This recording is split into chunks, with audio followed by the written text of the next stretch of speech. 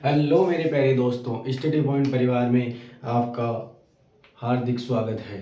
अब अपना number system के आपके जो टॉपिक था वो ख़त्म हो चुका था। हमने पिछली क्लास में बोला था कि अपन अगला टॉपिक स्टार्ट करेंगे घन तथा घनमूल की, यानी कि क्यूब एंड क्यूब रूट। आपने नंबर सिस्टम के सवाल किए नहीं किए, ये बताओ सबसे पहले तो। आपको मिले या नहीं मिले उसमें जो पढ़ा है उसमें से बताओ।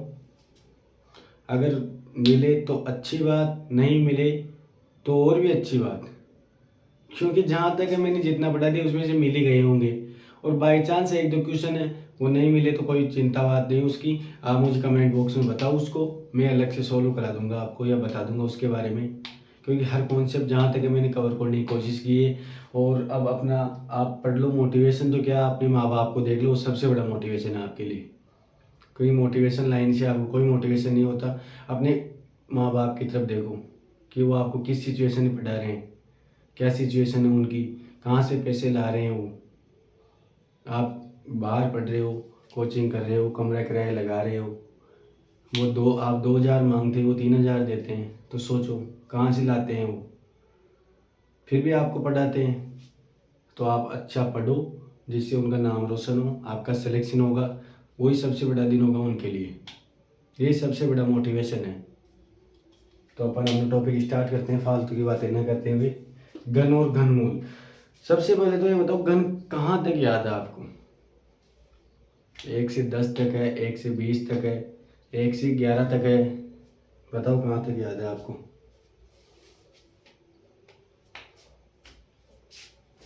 12 तक भी कर लो, कोई दिक्कत नहीं है। 12 तक जिसको घन याद है वो आराम से हो जाएगा, अपने आगे भी काम आएगा, क्षेत्रफल में, ज्यामिति में, परसेंटेज में। घन तो चक्रवृद्धि ब्याज निकालेंगे तब काम आएगा ना। तो पहले अपन घन ही लिख लेते हैं, 12 तक ही लिखते थे, खूब है। 12 तक याद कर लो आप, नो टेंशन हो, निकल जाएगा फिर। सबसे पहले लिखते हैं अपन 1 का क्यूब यानी कि 1, 2 का क्यूब यानी कि 8, 3 का क्यूब होता है 27, 4 का क्यूब होता है 64, 5 का क्यूब होता है 125, 6 का क्यूब होता है 216, 7 का क्यूब होता है 343, 8 का क्यूब होता है 512, 9 का क्यूब होता है 729 और 10 का क्यूब होता है 1000, 11 का क्यूब कितना होता है 1331, 12 का क्यूब कितना होता है 1728। खूब है, इतने याद कर लो, शाम आपका काम हो जाएगा, नो टेंशन हो आप।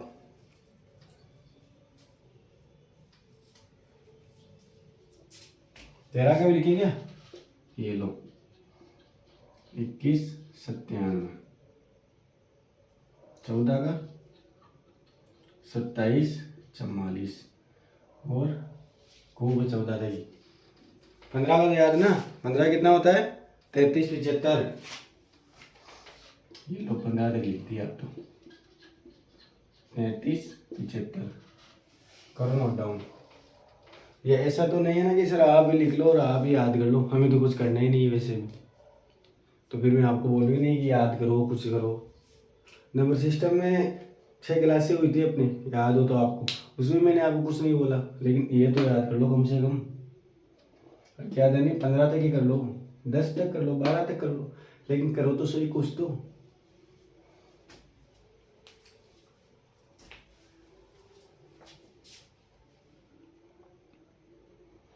एक का क्यूब 1, 2 का क्यूब 8, ये लिख दिया मैंने क्यूब घन, तो लिखने की जरूरत नहीं थी फिर भी। अब इसको फॉर्मेट में अपन किसे लिखते हैं, ये नोट डाउन करो सबसे पहले।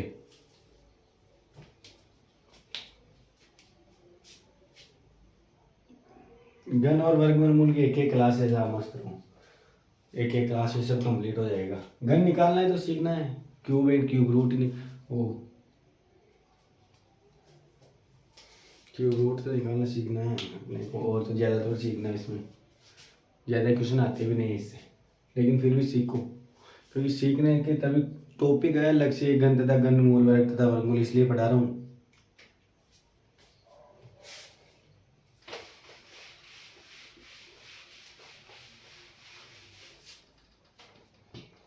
अब इसका फॉर्मेट कैसे होता है देखो। एक तो ये मार कर पता नहीं इसकी इंक कितनी जल्दी खत्म की हो जाती है।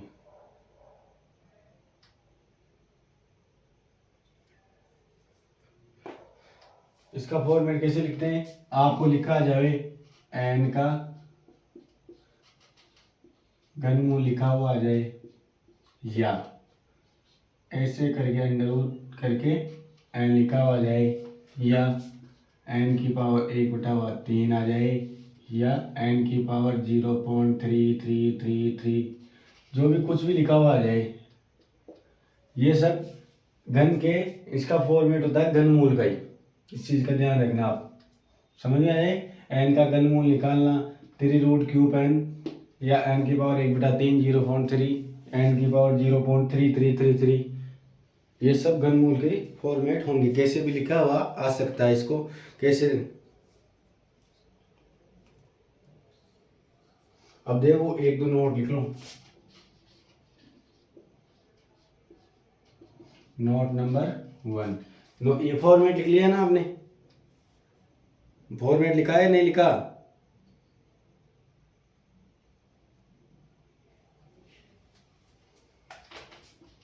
एक से 1000 तक पूर्ण घन संख्याएं कितनी होती है। ये एग्जाम में क्वेश्चन आया हुआ डायरेक्ट कि 1 से लेके 1000 तक पूर्ण घन संख्या कितनी होती है। तो 1 से 1000 तक मैंने क्या होता है 10 का क्यूब 1000 ही होता है। तो यहाँ पे क्या पूछा 1 से लेकर 1000 तक पहुंचा है, यानी कि संख्या कितनी होती है 10। अगर यहाँ पूछे 1 से लेके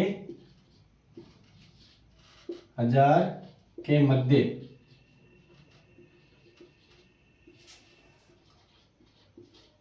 मध्य पूर्ण घन संख्याएं, 1 से लेके 1000 के मध्य पूर्ण घन संख्या कितनी होती है 8। 1 से 1000 के मध्य बताना है यहाँ पे, क्योंकि 1 का क्यूब 1 और लास्ट 9 का क्यूब कितना होता है 729। इसके यानी 1000 10 को भी छोड़ना है अपने को और 1 को भी छोड़ना है। 1 से लेके 1000 की मध्य बतानी है, यानी कि 8 संख्याएं होती है। तो इसको भी अच्छे से नोट कर लो। अब देखो आपने एक चीज नोटिस कीजिए, एक चीज,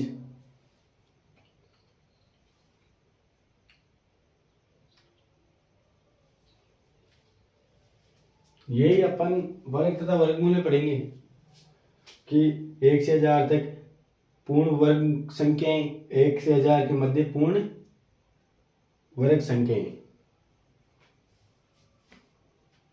वहां पे ज्यादा आएगी संख्याएं, ये नोट डाउन करो। उसके बाद में अपन निकालना सीखते हैं किसी भी संख्या का क्यूब रूट, यानी कि क्यूब तो याद करवा ही दिया आपको, क्यूब तो कर भी लोगे आप याद। क्यूब रूट बहुत कठिन काम है निकालना, उसको भी चुटकियों में निकाल देंगे आप, मस्त रहो।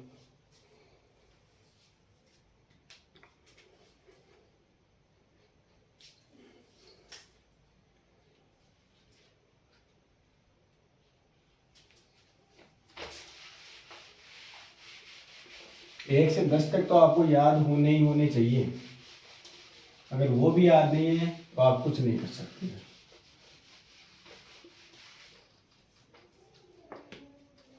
अब देखो ये आ गया आपको 10,648। अब इसका क्यूब रूट कितना होगा ये बताओ, किसका है क्यूब रूट, यानी कि कौन सी संख्या का घन है जो ये 10,648 है, किस संख्या का घनमूल है ये। तो अब सबसे पहले इसमें क्या करेंगे, सबसे पहले इसमें ये करेंगे कि लास्ट की 3 संख्याओं का जोड़ा बनाएंगे और आगे वाली की 2 का। कितनी भी संख्या बड़ी आ जाए अपने को लास्ट की 3 संख्याओं का ही जोड़ा बनाना है। कितनी भी बड़ी संख्या आ जाए अपने को लास्ट 3 संख्याओं का ही जोड़ा बनाना है। अब इसमें क्या देखना है, 3 संख्याओं का जोड़ा बनाने के बाद में लास्ट वाली संख्या कि 8 किसके क्यूब में आता था ये बताओ। 1 से 10 तक के जो क्यूब लिखे थे ना आपने, उसमें 8 कौन सी संख्या का इकाई था, याद है क्या कुछ थोड़े बहुत। 1 का क्यूब 1 यानी कि इकाई 1 ही था, 2 का क्यूब 8 यानी कि 2। उसके बाद में देखो अब 3 के भी नहीं है, 4 के भी नहीं है, 5 के, यानी 1 से लेकर 10 तक ओनली 2 ही एक ऐसी संख्या है जिसका क्यूब कितना होता है 8। तो लास्ट वाली संख्या तो अपन लिख देंगे 2, मतलब इसका तो आंसर अपन आ गया 2। अब बचा ये 10। अब 10 का देखो ये किसके नजदीक है, किसके क्यूब के नजदीक है 10। 1 के क्यूब के नजदीक है, 2 के क्यूब के नजदीक है, 3 के क्यूब के नजदीक है। तो ये 10 2 के क्यूब के नजदीक है ना, 2 का क्यूब 8 होता है ना। अब फिर देखना 10 2 के क्यूब के नजदीक यानी आंसर 2 आएगा या 3 आएगा, इसमें से कन्फर्म है। अब ये देखो 8 10 से छोटा है या बड़ा है, 8 10 से छोटा ही होता है ना, तो आंसर अपना आएगा ऊपर वाला यानी कि 2। तो अपना आंसर आ जाएगा 2, यानी कि ये 22 का घनमूल, इसका घनमूल 22 है, यानी 22 का क्यूब है 10,448। समझ में आया आपको। उसके बाद में एक और अपन अच्छी संख्या देखते हैं जिससे आपको और भी समझ में आएगा। ये नोट डाउन कर लो आप।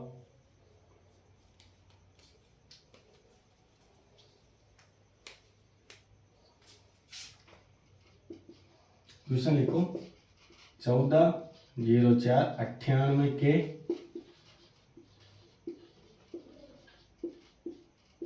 घनमूल के इकाई अंकों का योग।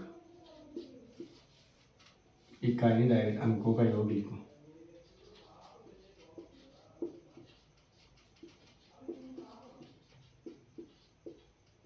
अंकों का योग मैंने क्या बताया था, सबसे पहले अपना फॉर्मेट बना लो 14,04,98। लास्ट के 3 डिजिट पढ़ लो 14,04,98।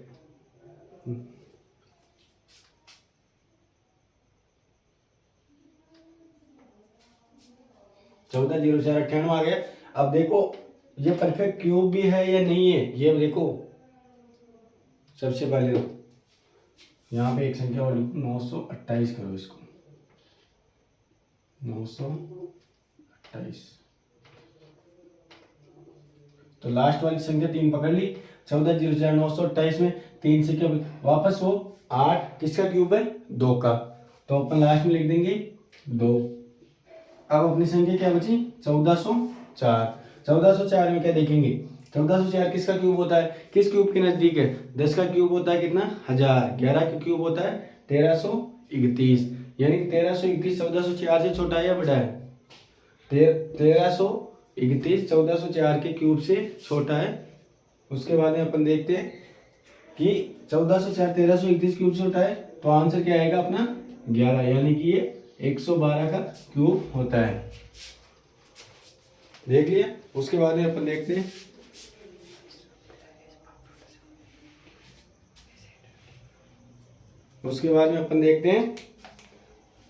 एक दो क्वेश्चन और देख लेते हैं। इसके बाद घनमूल घन और घनमूल छोटा ही है।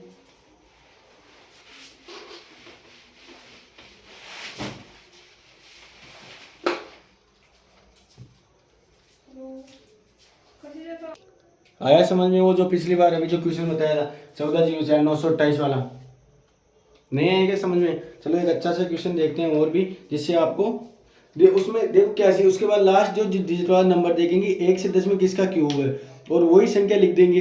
अब बची हुई संख्या से कम या बराबर नंबर वाला क्यूब देखेंगे और उस संख्या को उसके आगे लिख देंगे। जैसे वापस समझो उस चीज को 3 14,04,928 ये क्वेश्चन था अपना। उसमें देखो अपने क्या बताया था मैंने कि इकाई अंक यानी कि यूनिट डिजिट है ना 2 8। ये किसका क्यूब होता है, क्यूब होता है 2 का, तो अपन लिख देंगे 2। अब इसके बराबर या कम क्यूब वाली संख्या देखनी है। इसके कम या बराबर कौन सी संख्या 11, यानी कि 11 क्यूब कितना होता है 1331। तो अब वही संख्या इसके आगे लिख देंगे, तो यानी 112 का क्यूब है 1331, सॉरी 14,04,928 किसका है 112 का क्यूब। अब उसके बाद आगे एक और संख्या देखते हैं अपन। क्यूब निकालना सीखो पहले।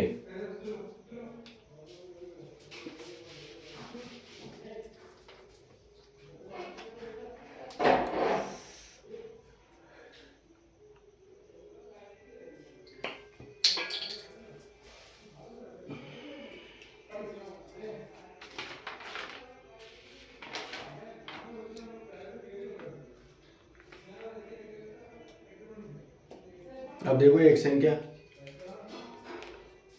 ये देखो, ये आ जाए आपके पास ऐसा कि 0.0000027। ये किसका क्यूब है? ये किसका घनमूल है या क्यूब है? अब इसमें देखो, ये पॉइंट के अंदर जितनी भी संख्या 1 2 3 4 5 6 संख्या है, यानी कि 6 संख्या होगी तो 2 संख्या के आगे पॉइंट लगेगा, यानी कि 27 किसका क्यूब है? 3 का, तो ये आएगा 0.03। अब जैसे यहाँ पे ऐसे मान लो, यह आ जाता 0.00034 0.00000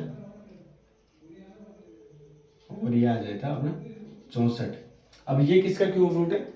ये हो जाता 3 3 6 और 3 9, यानी कि 3 संख्या छोड़ के पॉइंट लगेगा, तो ये हो जाएगा 0.004।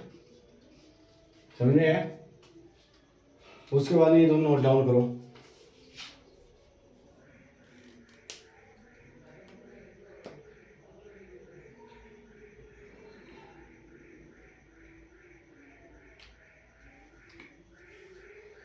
एक पॉइंट वाला देख लेते हैं अपन, क्यूब 4.913।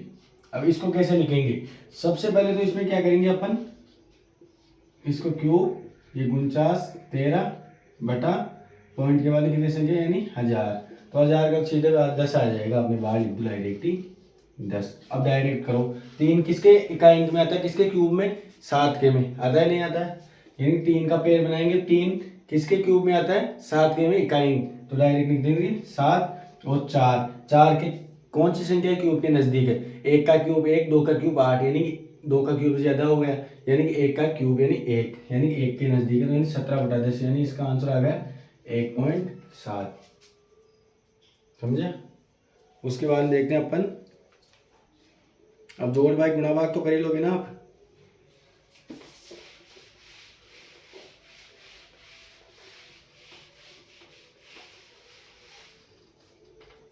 ये क्वेश्चन है कि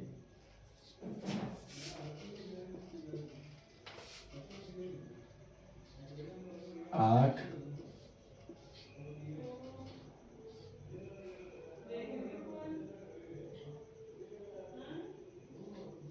64 भाग, उसके बाद में क्वेश्चन देखते हैं अपन। एक क्वेश्चन मेरे पास लिखा हुआ है, √100/49 इंटू क्यूब रूट ऑफ 125। ये कैसे एग्जाम में पूछा गया क्वेश्चन है। अब इसको करो आप, जिससे आपको समझ में आए।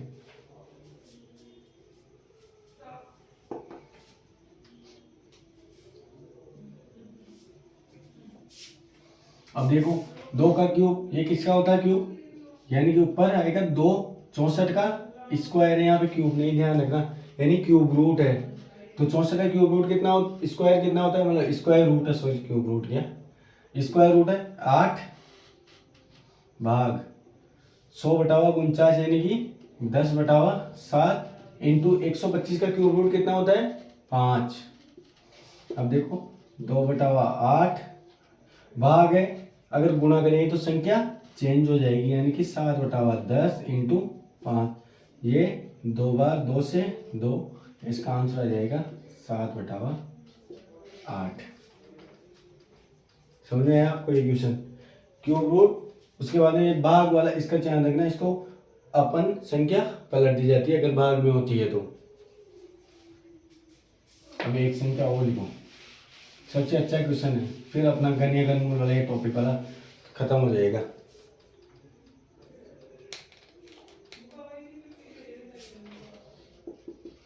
तीन सौ साठ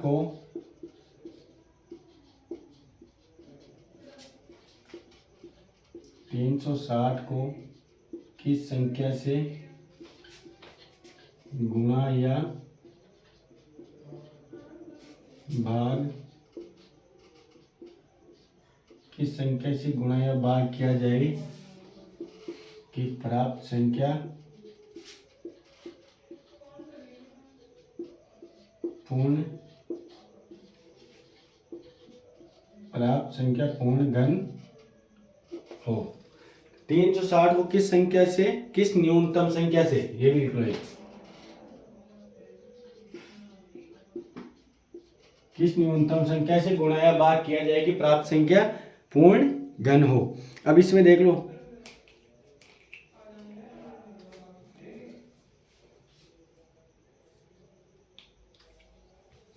अब इसमें क्या देखें, सबसे पहले इसका क्या करेंगे, गुणनखंड 360 का 2 का 180 बार, 2 90, फिर 2 का चल जाएगा 45, फिर 3 का 15 बार, फिर 3 का 5 बार, फिर 5 का 1 बार, यानी कि 2 into 2 into 2 into 3 into 3 into 5, यह गया इसका गुणनखंड। अब इसमें देखो तीन घन हो, अगर घन हो, पूर्ण घन बनाने के लिए जिस संख्या सबसे पहले न्यूनतम संख्या, तो 3 3 के जोड़े बना लो।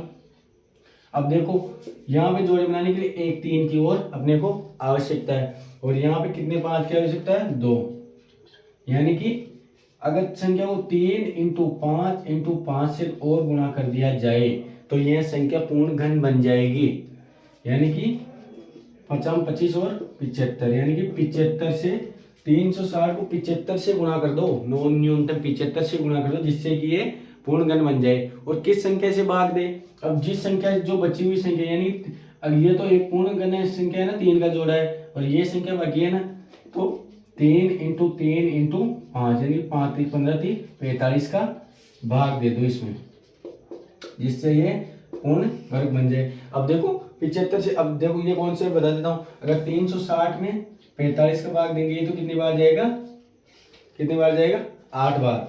अब देखो 8 किसका क्यूब है, 2 का क्यूब, यानी कि ये एक पूर्ण वर्ग 45 का भाग देने के बाद ये संख्या पूर्ण घन बन जाएगी। तो ये एक इसमें क्वेश्चन था, ये घन और घनमूल वाला टॉपिक आपका कंप्लीट हो चुका है। इस क्वेश्चन को आप अच्छे से नोट करो। इसके बाद अपन अपना अगला टॉपिक करेंगे वर्ग तथा वर्गमूल। ये एक क्लास के ये हैं, इसलिए इतना ही समझा रहा हूँ, 9 में से ज़्यादा क्वेश्चन पूछे जाते हैं। नॉर्मल आपकी बेसिक जानकारी के लिए है, इसका ध्यान रखो, लेकिन ऐसे क्वेश्चन आ सकता है और ये पूछा भी गया है कि 360 को किस न्यूनतम संख्या से गुणा या भाग किया जाएगी प्राप्त संख्या पूर्ण घन हो। समझ आया आपको, तो इसको नोट करो, अपने को जोड़े बना के देखना है, पूर्ण गुणा करने के लिए जितनी संख्या कम है उससे गुणा कर दो, और जितनी हटानी है उससे भाग दे दो डायरेक्ट, इसका आंसर आ जाएगा। तो अपन अगला टॉपिक अब करेंगे कल वर्ग तथा वर्गमूल। आप इसके क्वेश्चन करो, उस नंबर सिस्टम की करो अच्छे से, अभी से नोट्स अच्छे से बनाते चलो और क्वेश्चन करते जाओ, ठीक है ना।